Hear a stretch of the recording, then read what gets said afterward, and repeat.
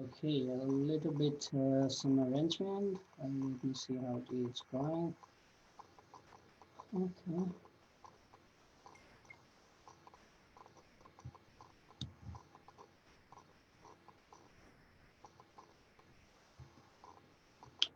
Okay, so we are, I think we are live on Facebook. Welcome to everyone joining us today for this webinar with Umair from Pakistan.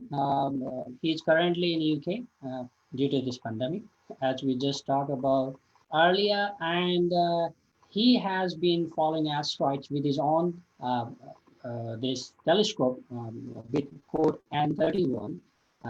We do have a telescope using to find asteroids and using pan-star data to hunt for the asteroids. So today's discussions will be basically we will be sharing some talk because long that we communicated we used to have plans in 2009 as a part of Star Peace project, which was one of the project of International Year of Astronomy celebration in 2009. Let's welcome Umar for today's webinar. Welcome to this webinar.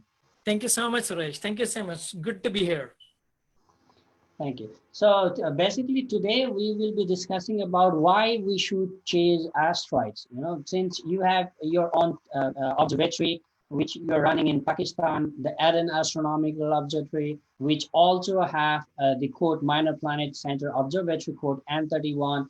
And also you have been doing that as a mentor for American Association for Variable Stars observers. And also you're running Lahore Astronomical Society, having a degree in observational astronomy from Australia. So how do you see that why we should chase asteroids? I mean, what is the thing that drives you to go ahead, go after these asteroids? Yeah, Suresh, basically, I think of all the situation in this way. Getting a hit from asteroid, I mean, that is the only natural catastrophe we can avoid. We cannot avoid tsunamis. We cannot avoid earthquakes. We cannot stop volcanoes. We cannot stop tornadoes. But getting killed by an asteroid is the only natural disaster that we can actually avoid now. We have the technology. We have the means. We can actually do it. The whole idea is that few decades ago, no one knew that it is such a severe, such a deep impacting, pun intended, issue for us. It is only when we got to know that asteroids are actually hitting the planet Earth every day, literally, and bigger pieces can actually destroy the whole city. More bigger can destroy the whole country, and there can be a planetary catastrophe. So then people started thinking about it seriously, and then you know all about it. It's all about the will of the governments. It's all about the funding engineers, scientists, astronomers need, that we can actually start the projects. And right now there are many projects involved. Amateur community is doing its own bit. Professionals have their own stuff going. So it is the right time. And especially back in 2013, it was in Russia when people actually saw the meteor impact. And there was not the impact, but the effect of that meteor. People actually got really worried that we should really do something about it. So right now, things are happening in this community, asteroid hunting. And then the second part is also very, very important. We need to keep observing the newly discovered asteroid. So that's the bit I do. I'm in the second phase. So I cannot hunt a new asteroid because my telescope is right in the city. So I'm in the second phase where I keep on producing the data that can actually help to figure out the orbit much more accurately. So that's what I do. Excellent. So it seems that we are using this pan-star data, finding new asteroids, and probably you will be one of the observatory operators who will be giving input to verify those the preliminary discoveries are actually going to get a provisional status or not. I mean, it's really exciting. So we in forward direction then. We should keep on sharing our resources as possible. Unfortunately, we don't have any, I mean, the tracking Yeah, system yeah, yet. Peter. We want to build one. So let's talk about the Eden Observatory. So because we are Yeah, more into the asteroids and why we should hunt, and you also yeah, bring an issue that happened in Russia some years ago, which yeah, actually triggered people to think about that why we should chase these celestial bodies. Though small, but can be very dangerous, you know. yeah, I mean, is that observatory is operated by you on your own private efforts, or yeah, there's some? yeah, yeah. Yeah. So that observatory is at my rooftop. Mhm. So it has 14-inch Celestron telescope and SB cameras and all the stuff it goes, it actually uses it with. But the thing is that to track an asteroid, I get data from Minor Planet Center, and it gives me all the important asteroid that I should track at my location, from my location, and at that specific night. So basically, I can go something like 18-ish magnitude right now, but I think that's the limit, because I don't think I can go 19, because the only reason is asteroids are continuously moving, so I cannot take longer exposures or cannot stack more images. So something like 18-ish, 18.5, that's the limit I can go with. And Mhm. and the thing is that that meteor in 2013, if I'm correct, it was only something like 20-meter in size, and it actually exploded uh, 20 kilometers uh, altitude, and still it people got panicked. So imagine it was something like 4 seconds earlier. So imagine it did not exploded in the air, and 4 seconds later it actually if it hit the Chelyabinsk, whatever the name is, so the whole city was in really big trouble. Yeah, So yeah, we really need to keep observing. We really need to keep an eye on that. we Yeah, saw some photographs and videos on the internet as well about that incident. And in yeah, fact, we had some, like updates about this sighting of bolides in Nepal yeah, during this lockdown time. And people yeah, were really keen to know about what is it and what was that and why it was so, like it's like a sound of a bomb in this atmosphere. And people started calling us and we try to figure out what was that because we don't have this camera network, all sky yeah, camera network, which actually yeah, we yeah, built, haven't operated yet.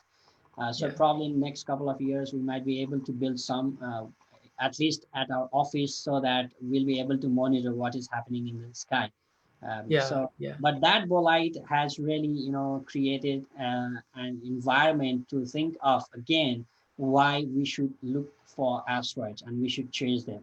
I mean, it was a good moment for us and also the inspiring because, and engaging as well. So everyone was looking for it. And there were some news like, people posted that they found something, and it's really, really, I mean, if you put some signs on how the things comes to the earth, and what should be the, I mean, the measurements, what should be the criteria to know whether it's coming from space or not. And the first thing we everyone knows who is doing this thing, science, is that there should be an impact.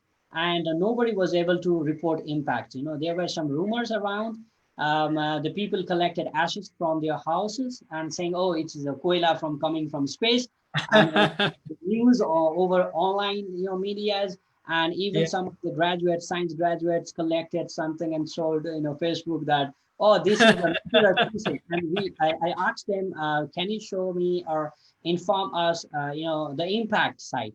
Because it's really, really important, whether it's aircraft or anything, that's flying objects coming to the Earth and striking it, then the impact is really, really important. And the people were unable to report impacts. So there was no impact yeah, reported. And from our calculation, probably it went to Tibet. No harm, because the first sighting was, the sounding was around Gandaki province, and probably that was a sonic boom that we shared, and which was probably happened around 70 kilometer to 100 kilometer above that place. So, and it's not far. Tibet is not far from that range. If it goes, and we took help from some of our students doing astronomy, whom we can rely, of their observations, which is very, very important. We should exactly, have reliable exactly. information, and also some coordinations with existing network in this region. We found that there was no existing network to look these things in our region, so which is also one of the opportunity for us, maybe to work in future and establish something to, to monitor. Yeah, definitely, definitely. I mean, you talked about all sky observing for bolides. I mean, like in these days, it's very easy. You just get a fisheye lens and you put any camera there, and you can record what's happening in the night sky. So dedicated all sky cameras, that's another stuff. But basically, basic observation can be done. And the second thing you said about it, I mean, uh, that's with the human beings. This is how we are. We, until a catastrophe, until something bad goes wrong, we don't think about it. We do not plan for it. So unfortunately, we do need something bad to happen. Then we will start about, okay, this is serious. This can actually get very serious. So we should do something about it. This is how it is done. And the third thing you said, I mean, yes, people get very excited, and every rock seems like a real meteorite. So so yes, they can collect everything. They can collect Yeah. everything. Yeah, back in Russia, I mean, it was snow, so it was very easy for them to pick that black things in the white snow. Mhm. So they it was very easy for them, but in our So, places it is very hard. so is there any, I mean, records that asteroids impact or these meteorites have been found in Pakistan so far? Yes, yes, yes. There are some places where they claim that those are the meteorite impact sites. But yes, I mean, there are some rocks there, which are found there. Yeah, but So yeah, yeah. But back in. I mean, the whole idea is, as you know, Suresh, until it is done at an institute level, Mhm. amateurs can do only that much. You do need institutes, you need departments that can actually uh, organize the project, and then it can be done systematically. So that is lacking, that is still lacking. Yeah. In back in a few years back, I was in contact with a professor from Germany, and I think we just had a proposal that, Nepal, we have the valleys, I had a proposal that all the valleys were actually formed by impact, and there was like debate with my colleagues from geological background, and he was not agreed with an idea that if it was a meteor impact, then well, how they are so organized, kinds of we have organized valleys across the country, so it won't be it couldn't be a possible way. So there was some disagreement among our friends as well, but the professor was also doing research about that, and we have seen, like, whenever we see some pictures and the meteor impacts from ancient times, the reported one even in India and in US. The size is like a ball, and everyone is but if we go to the scenario, the real-time scenario, what had happened then it must be a very distressing event. All right. So Yeah, yeah, yeah.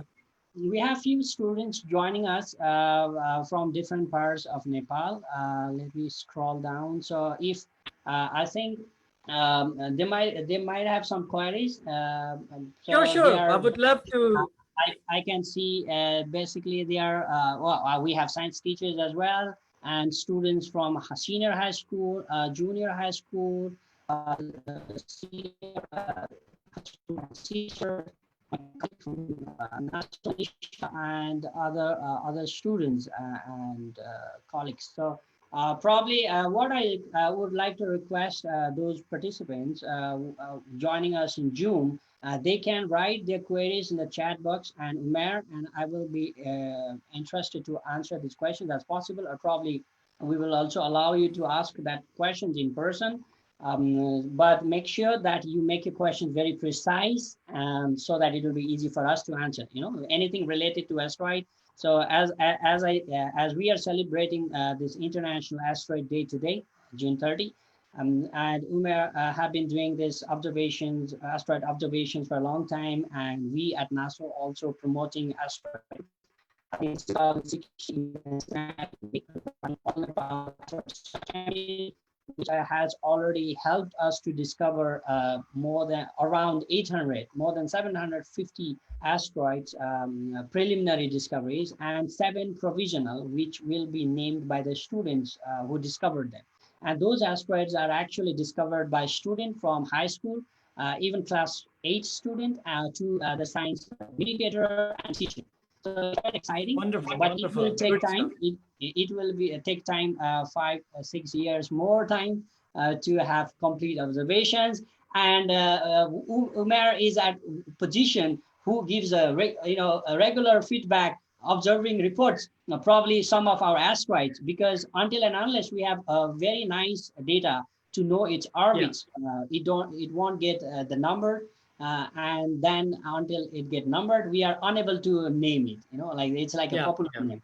Asteroid actually have the numbers 1, 2, 3, 4, 5, 6 kinds of thing. So it doesn't have Phone any. numbers. Yeah. So that maybe some of our participants, most of them don't know about it, because asteroids have no name, uh, scientific. So they only have numbers.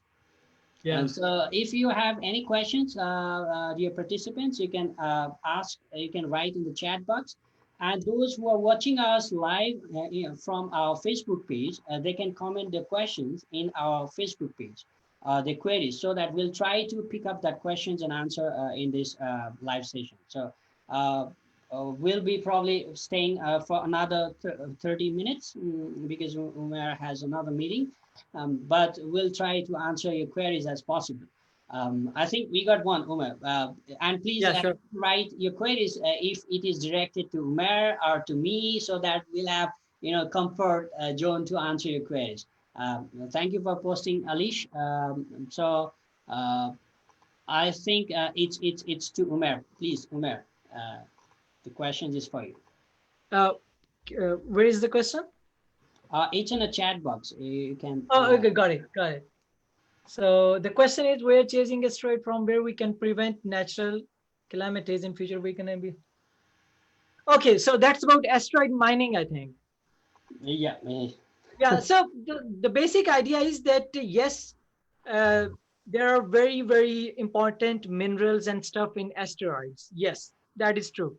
But the thing is, if we actually send an object to that particular asteroid and mine that mineral and then get it back to Earth, it is not feasible. It is going to be very expensive. So that is not going to work. The only thing is that it can be feasible if we plan to go further in outer solar system. So then it can happen. I mean, think about building civilization on planet Mars. So then it can be easier uh, to get the stuff, raw material from some nearby asteroid and take it to Mars. that can work. But I mean, still, these are just ideas right now. So how will the economy work? I mean, it's not clear. Yeah, exactly. So it's still, I mean, it's not exactly, we should say the fiction. It's science yet, because there has been missions landing on asteroids, which is Yeah. actually giving us a real picture and a real insights of those asteroids, which will be very, very instrumental for our future missions. For our means, we say ours means the humanity, not Umar, not Suresh, but the humans. So we have another question from Jivan Shrestha. So he writes, do we know the composition of meteor that was found in Pakistan? Oh, So, so I mean, Pakistan is a big country, so there is not only one meteor. There are many kind of meteors. So it's all the basic types we know. Basic three types of asteroids. So basically, yeah, yeah. Every kind of meteorite can be found in any country. mhm. Okay. So I Oh, got. so personally, I don't. I mean, I'm not able to give you all the details. Which is the biggest one? I mean, which are the bigger one? Geology department would know, but I don't know that. I don't know the details. The biggest found in Pakistan. I don't know the details. Mhm, exactly. So so far we don't have any reports of finding asteroids or meteorites, but since we are frequently getting queries, so we have been issuing our notice, our advisories, whatever we call it, to people, that if they have something that they are preserving in their homes, and the ancestors are telling them that it is coming from the space or a sky, that might be an asteroid, because there was no mechanisms to measure that. And we actually reported some of the findings, some metal kinds of things, and which people brought to our office. But there are many things we have to test, and most of the time they were not meteorites. And we can get some insights at the first stage. Even we shared some ideas, that is more some of the authentic steps how to verify the meteorites if you find it. Yeah. So even looking So at those Suresh, informations, it was not, I mean, matching with the objects found.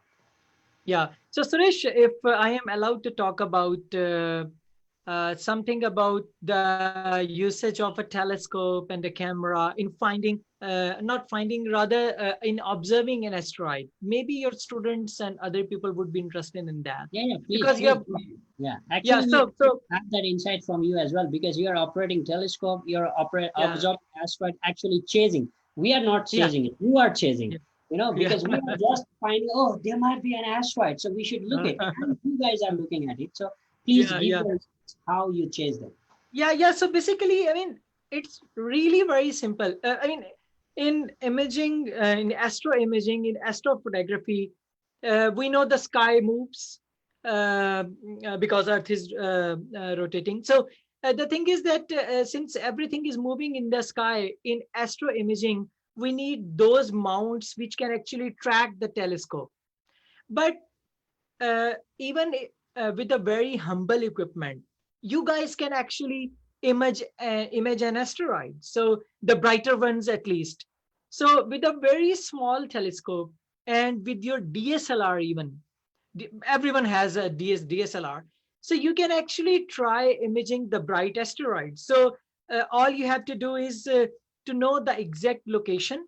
And since DSLR has a big chip, and if you use a smaller telescope, it will have a bigger field of view, so you can look a big chunk of the sky. So if you're not precisely pointing that position in the sky, it is all okay, you can do that. And if you use your DSLR and uh, uh, try to go maybe 30 seconds, 10 seconds even, with a single exposure, and then try to see, can you detect a moving object in maybe 10 different images. And if you can do that, then there are free online websites, there are free softwares which can actually use your own images, and those softwares can actually tell you that you have actually detected a known asteroid, and then you can send the position, all the mpc stuff. You can do it. Suresh can help you a lot with that. So the whole idea is that I would really encourage you guys. Yes, absolutely, you can collaborate, you can get the data from the bigger telescopes, absolutely that can be done, and keep on doing that. But you can actually get your own data. Even the brightest, get series, get vesta, and be comfortable with it. You can do it in the cities. You don't have to go to the mountains for a dark sky, for a bright asteroid. So I would really encourage you guys that even with the DSLR, with a kit lens that comes with the camera body, try to do it. Try to do it, and definitely you can actually get the data of those asteroids, and it is not at all difficult. All you need is to try some tricks, and talk people online. I mean, I'm always available. There are more people online which can actually help you. They can actually help you. Yeah, so yeah, basically our we are spending time, like to create an environment where people start thinking about asteroids and think that they should chase it. And the best option for us is through collaborations, collecting data, and but Yeah, in long run we plan to have some, like these chasing stations yeah. established within our office. And also we are encouraging people, our members. We have junior members, associate members, and senior members, general members, as well as the teachers, the amateur astronomers in Nepal, which are not officially connected with us as members, in any form of members, but wanted to do something. We are encouraging them to do such kinds of science. So normally people think that science is very difficult, and they need very, very sophisticated equipment. So what we are trying to tell them is science is possible through collaboration, and the innovative approach that from the resources available around them, they can do a real science. So probably there might be people doing it. Some of our students also doing playing with their DSLR cameras. And a few years back, we had a friend from Czech Republic, and he was keen on observing variable stars, and he was also sharing the idea of using the DSLR camera, setting up stations, and doing this variable star observation, the follow. But Wonderful, wonderful. it was not implemented All right. that as we planned. But because we wanted to have that as a very continuous, the stable and academic practice rather than amateur stuff.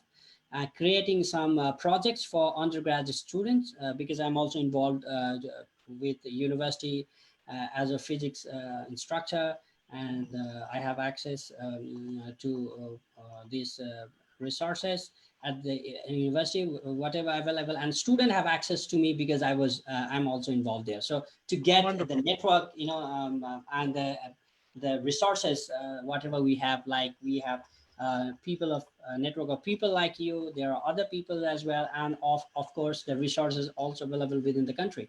I can see some questions written in the chat box again, Yeah, so Suresh, if you yeah. allow me, uh, uh, I've got a very like a few minutes left, because there's another talk I have to go to.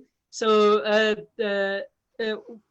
there's a very important thing you just said, that since I'm into education as well. So yes, students, general public, they take science like, I mean, it's really hard stuff. We cannot do it. It's boring. It's all dry. But I always tell them that come to science with a question. If you come to science with a question that you want to know, I mean, that can be anything. It can be your own question. It can be your own query. I mean, how does a mobile camera works? I mean, how does a camera work? So, I mean, if it is your own question, science will not be boring. If someone is hammering you science, God, this is going to be tough. Okay. Yeah. So I mean, same with mathematics, same with learning a language.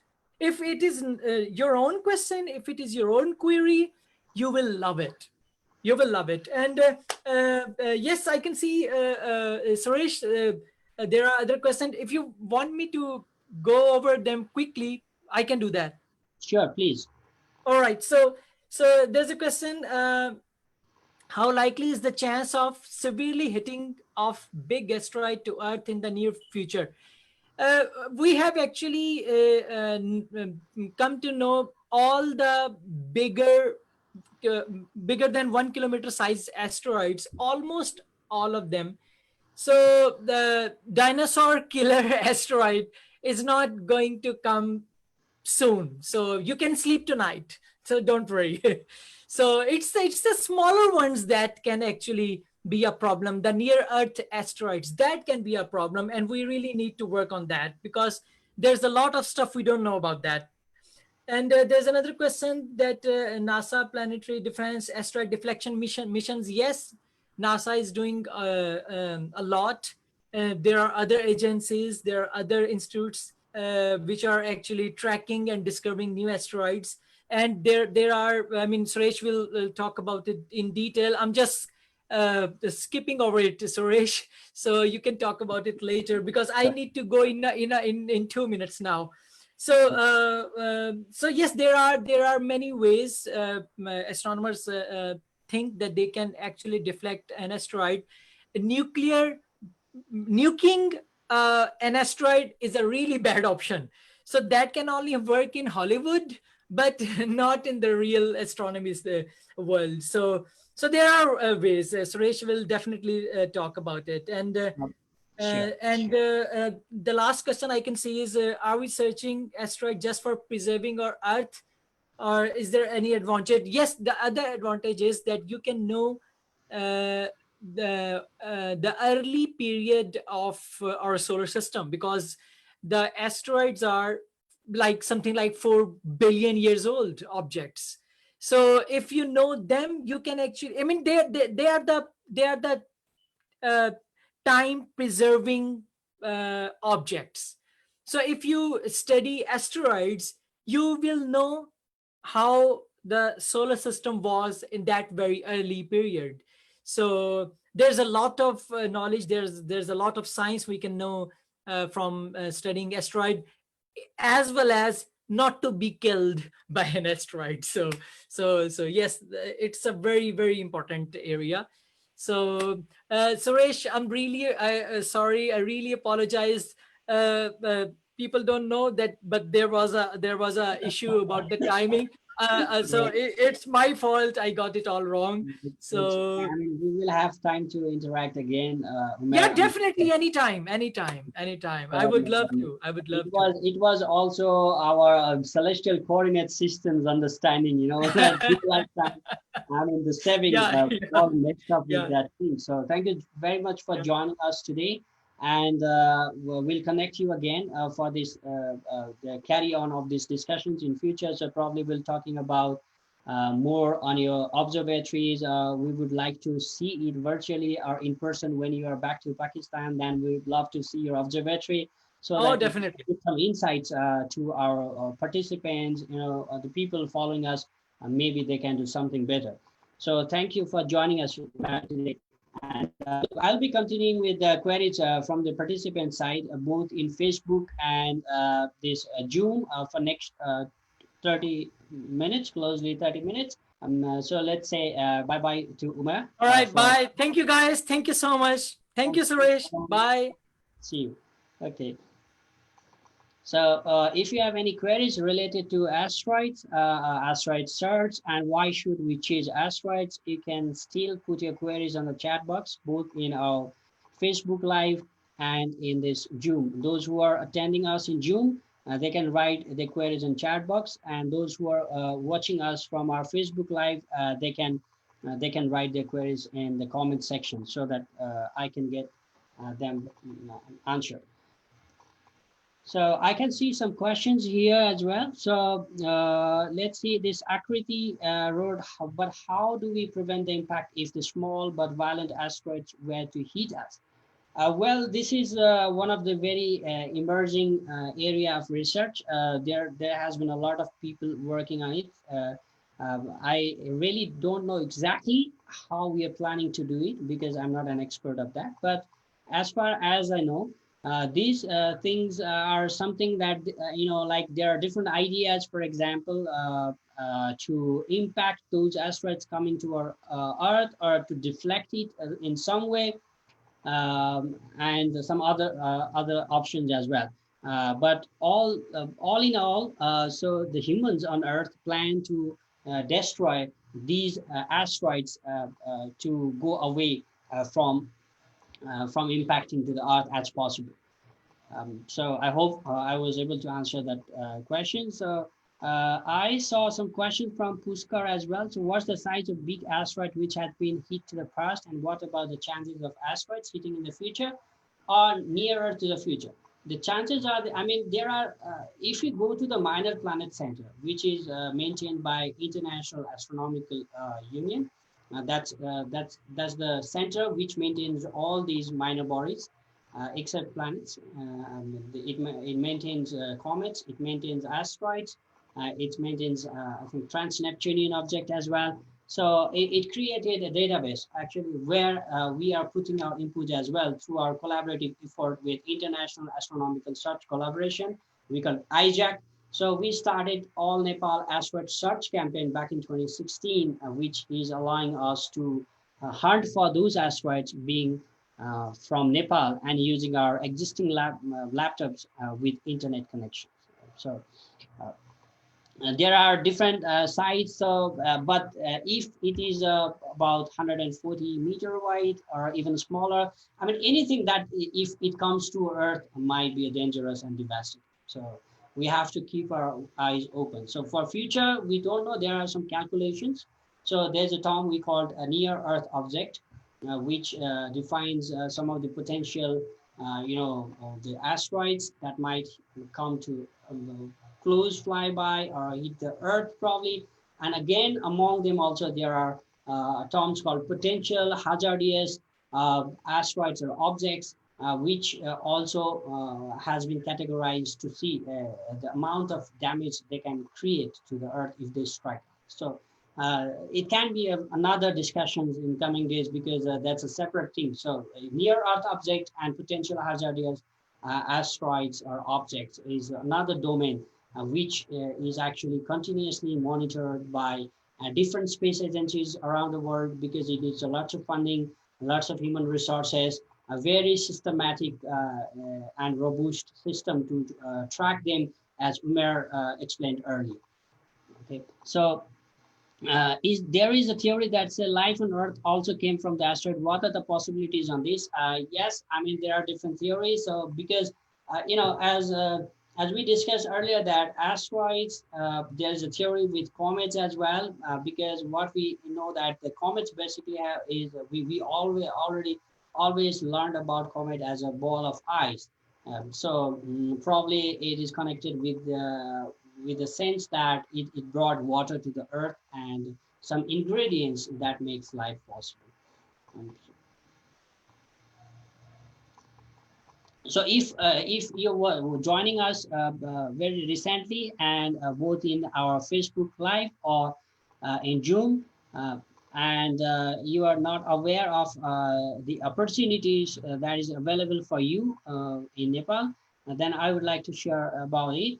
Some of you have already participated in our programs and also discover asteroids, which will be named in future by yourself.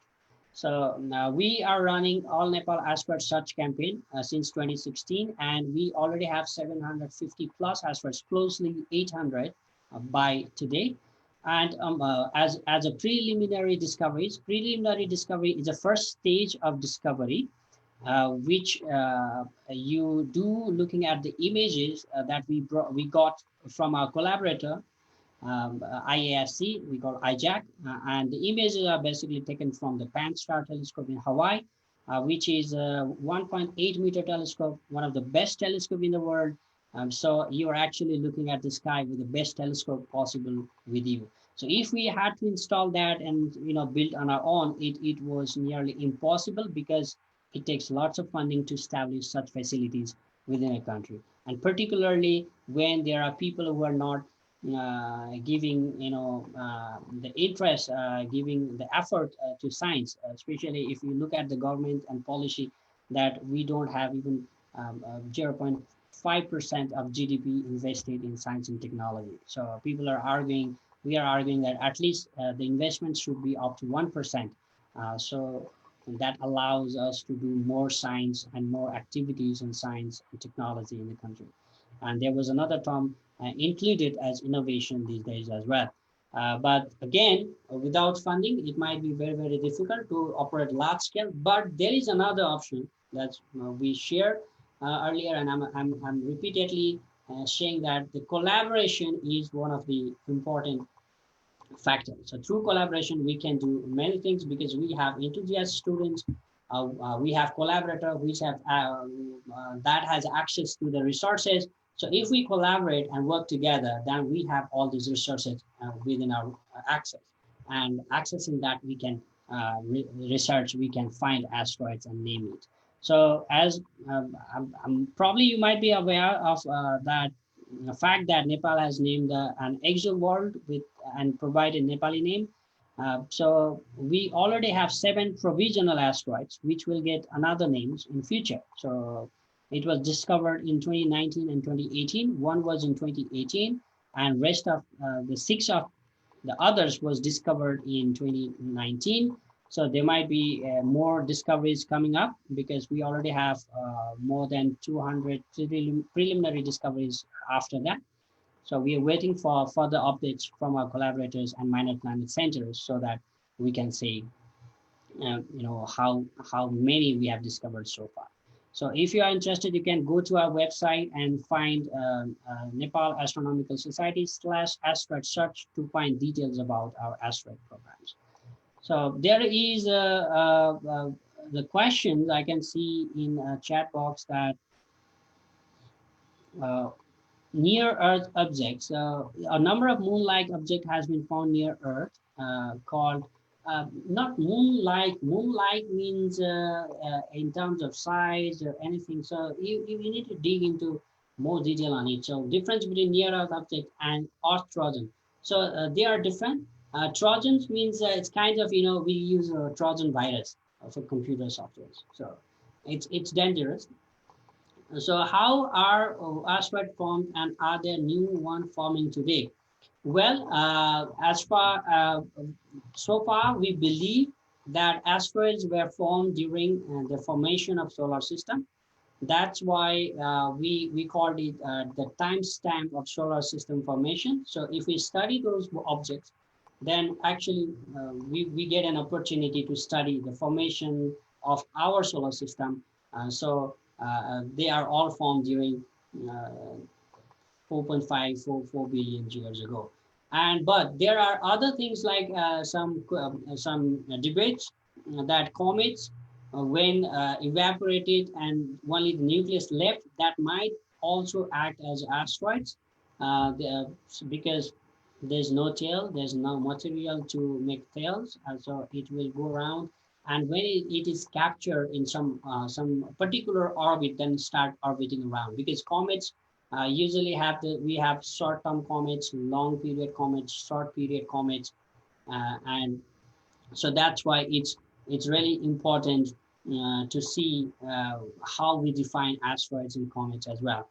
But remember, these are all part of our solar system. There was one interstellar objects discovered so far, the comet, but rest of the things that we talk about, the Halleys, the Hale-Bops, the Holmes, they are all part of our solar system. So if you have any queries, you can still leave the queries in the chat box. So we have this, maybe I can show you guys about this mm, the asteroids that we discovered. So and there are certain asteroids we discovered in 2018 and 2019. So the student by student. So all you have to have the laptop and internet connection to find an asteroid. Okay. So what makes a comet different from an asteroid or meteorite? Well, comet it's all about its trajectory, its path around the sun. So asteroids, as we know, mostly the asteroids hub is these asteroid belts, but there are also things that we can see as an asteroid in the trans-Neptunian, as in TNO, we call trans-Neptunian object. So they are different in terms of the orbital path. There's orbits around the sun. So Suraj writes, the preliminary status means it is an asteroid and we will get the name in future. Well, preliminary status means that it's a first sighting. So if and once we got that confirmation of an asteroid as preliminary status, as a preliminary asteroid, so people like Umair will follow that because they got this circular, this minor planet circular, and they will be looking around, and if they report, and the object will be reported in the next 7 to 8 days, and there are more observations of the same objects, because basically we are looking for main belt asteroids. And so if it is cited again, then it gets the provisional status. So not all preliminary status gets an opportunity to go further. You can imagine that we have almost 800 preliminary discoveries so far, but we only have 7 provisional. From this, you can imagine that so how the process goes on. But those provisional discoveries will get an opportunity to name them, because they have multiple observations going around, and that observation is supporting to generate the path of that asteroid, which actually help us to understand how it goes around the sun.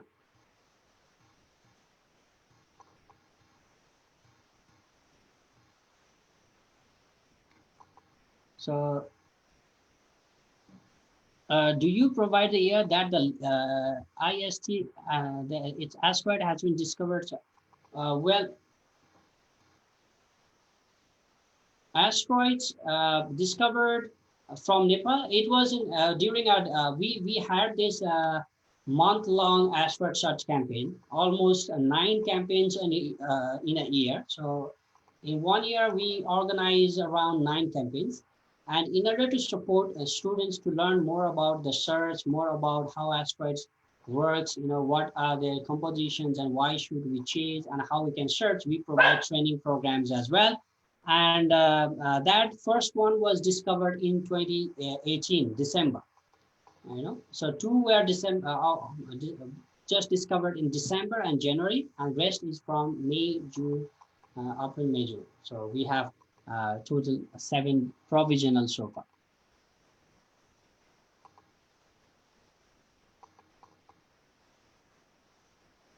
Okay, so mainly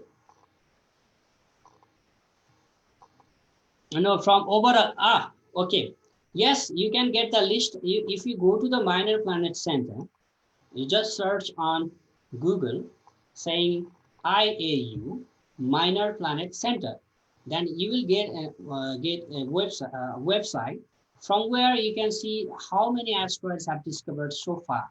You can get a list of discoveries tallied till now. So it's increasing day by day.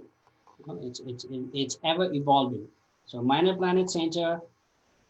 Let me tell you from my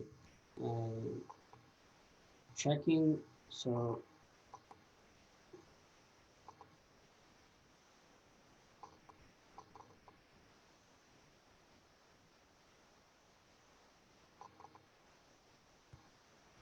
having some issues with computer, dancing computer. Okay, so there was. Okay, so for list, as I said, you can get that from this website. Okay, so for near Earth object, there is also a website maintained by NASA. They have Center for Near Earth Object Studies, and which maintains, yeah, exactly. Thank you, Sagat. So Sagat shared that if you go there, then you will find the details, and you will actually also see the path and the position, the real-time position of the asteroids discovered by Nepali students and teachers so far. So it's really important to know where to look and how to look. And if you become precise, then you'll be able to find them.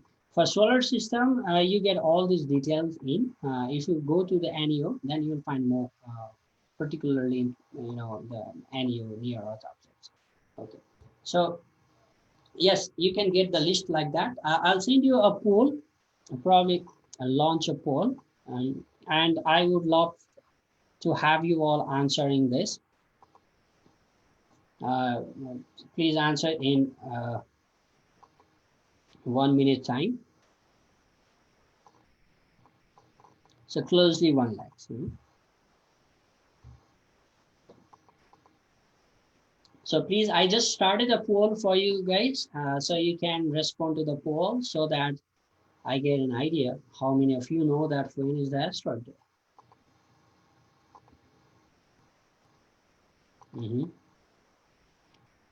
I should have started this poll earlier, before the session, since everyone knows about it now. Okay, carry on, carry on. I can see people responding. Please respond fast.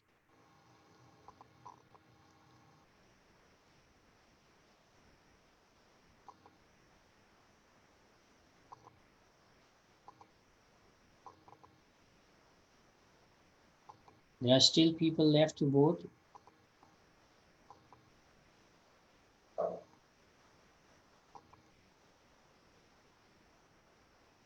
Okay, so I'm ending this poll now. So there is another poll that I like to have you guys participate. So thank you very much for joining us today. And I hope it was helpful to understand how what actually Umar is doing in Pakistan through his telescope, and also through his association, and what we are doing in Nepal, looking for asteroids. So basically, why we should chase asteroids? Because asteroids is like a timestamp. So we know the birth of the solar system. If we know more about asteroids, there have been missions landing on asteroids as well, and there are missions going to asteroids again. So there are people are looking for asteroid mining opportunities as well. So people are trying to explore the nature beyond Earth as possible, through all means. So if we go to the Mars, or if we go to Jupiter's Europa or Ganymede, probably we need something to fuel us, and probably the asteroids, as far as I know, is a place which harness the fuel that we might need to go further.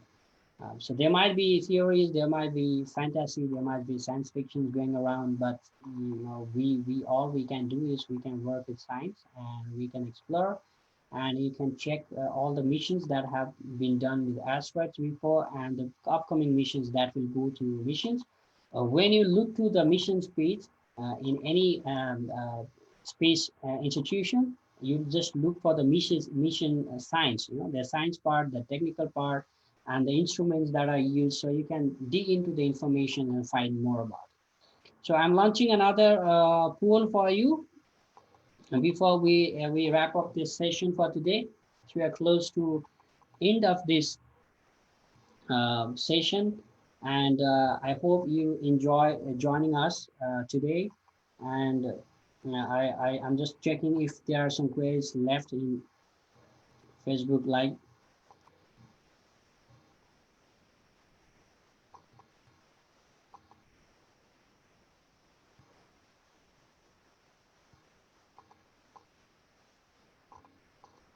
Okay, 16 of 18. There are 2 people still left to respond. Please fast.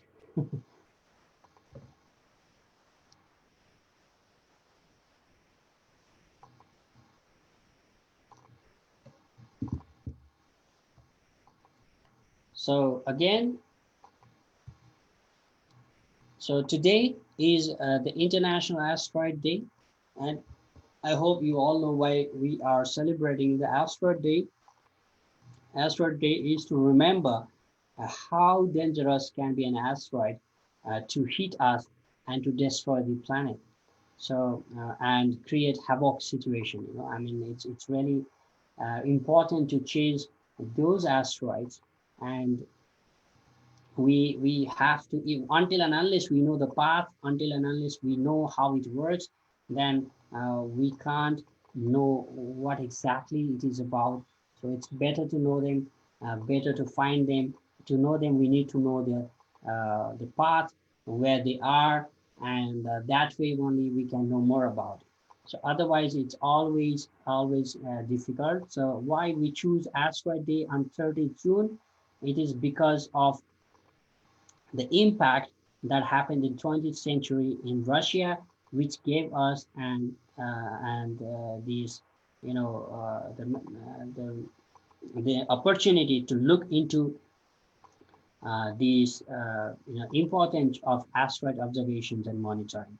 It was the Tunguska impact in 1908, June 30. So we are celebrating this Asteroids Day. Not only, I mean, one day is not enough to celebrate it. We have to look for it,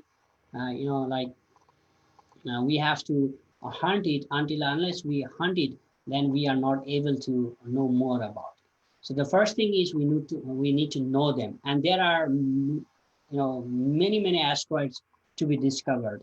So the first thing, we always encourage students in Nepal and teachers as well, and anyone interested in astronomy, that they can join us in our one of the asteroid search programs. If they know how to work well, they can join. If they don't know, they can join some of our training programs, which help them to understand the process, and they can actually search asteroids on their own, right from their home. So it's a purely virtual effort.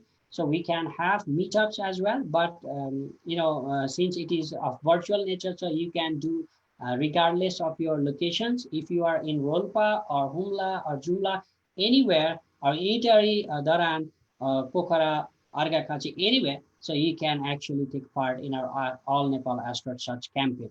And also you can take part in our asteroid search training programs. In fact, it's like we organize 2-day asteroids, this astronomy workshop, where we basically focus on how we search asteroid and why we search asteroid. Okay, so with this information, I would like to thank you again. So happy Asteroid Day to you all, and let's search and hunt for the asteroids and make this Earth livable place, and to contributing this global effort, identifying more asteroids from our side. Thank you very much for joining us today. Thank you everyone for joining us in Zoom as well as in Facebook Live. So we'll announce more activities in future.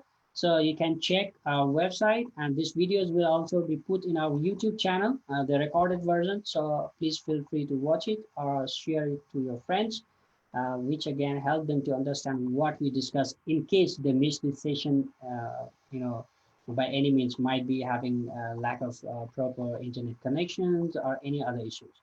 So it will be recorded and put in a YouTube channel, so they can watch it later on. Thank you very much for joining us. Happy Asteroid Day to you all.